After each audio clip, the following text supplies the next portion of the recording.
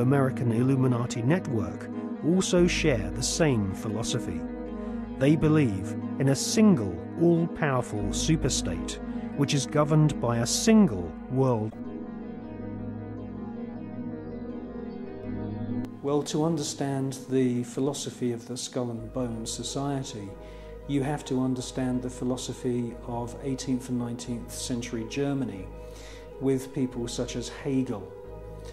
Now, the dialectic system, the dialectical political system, was not devised by Karl Marx. It was actually developed by Hegel, Fichte, and also contributed to by Kant.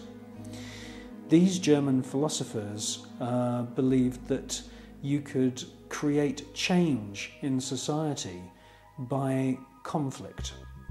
And this could be, for example, political conflict, the conflict between left and right. From this conflict, a new political system would come about, and this would be a synthesis of the two views.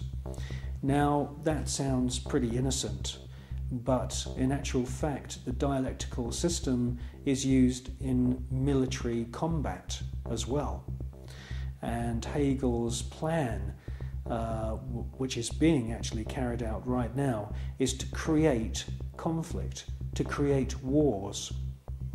And through the creation of wars, several things happen. First of all, the companies which manufacture the missiles, the guns, the bullets, the uniforms, and all of the paraphernalia to do with warfare, all make huge profits. Secondly, there is a culling of the male population. Since the 1950s, we've had several reports from think tanks that feed information into the European Union, the British government, and also the American government, which are recommending depopulation. And there is several plans which we believe have been put in motion right now. And obviously war is one way of depopulating the planet.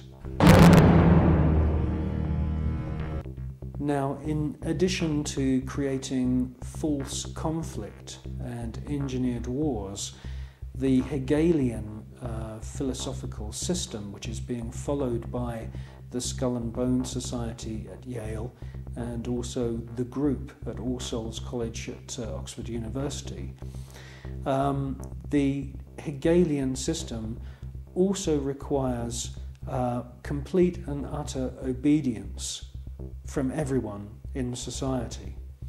The idea of freedom, freedom of thought, freedom of the individual to choose what they want to do with their lives doesn't come into play at all under this German Hegelian system. In actual fact, Hegel says that the individual should be 100% obedient to the state, and the state should take on the image of God. Now, in the Hegelian system, the state is all-powerful, so we should ask ourselves, what is the state? Well, the state is the elite. The state is the royal, aristocratic hierarchy who are able to maneuver and live their lives in any way that they choose because they are super wealthy. Now, let's just talk about super wealth and super wealthy people. I can tell you now, after meeting quite a few of them, that they are very, very different to you or me. When I'm talking about super wealth, I am not talking about Puff Daddy who has allegedly 3 Bentleys. I'm talking about super wealth, family wealth, which was in the millions back in the 19th century.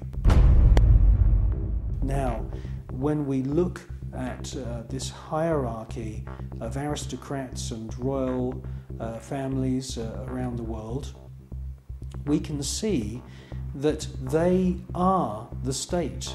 They are the people that the robots, I call them robots, the civil servants who run the machinery of the state, it is the civil servants who swear allegiance to this elite. When you join the British Civil Service, you do not swear an oath to serve the British people.